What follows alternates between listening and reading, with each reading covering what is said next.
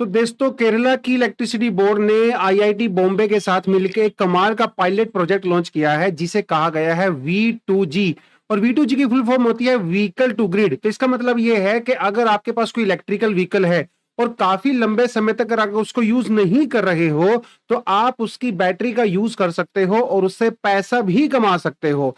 देखिए काम कैसे करता है, मैं थोड़ा सा आपको बता देता हूं। हमारे पास जो इलेक्ट्रिकल व्हीकल्स होते हैं, हम उसकी बैटरी को चार्ज करते हैं और उसके लिए जो इलेक्ट्रिसिटी आती है वो हमारे ग्रिड से आती है, यानी कि जो ग्रिड हमारे घर से कनेक्टेड होता है बेसिकली।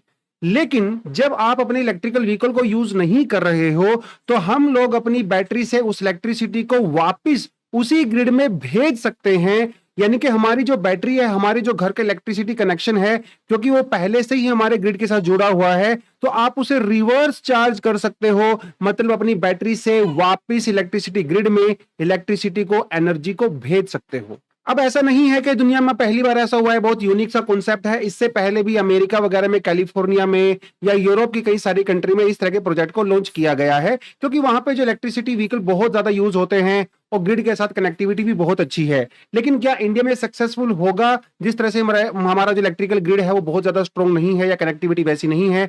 और क्योंकि देखिए कैलिफोर्निया, यूरोप में क्या होता है ना, वहां पे आपको इंसेंटिवाइज किया जाता है गवर्नमेंट के द्वारा। गवर्नमेंट को पैसा देती है आपको अगर आप उसको ग्रिड के साथ जोड़ते हो। लेकिन सवाल यह भी है कि वो ग्रिड के साथ जोड़ क्यों रहे हैं?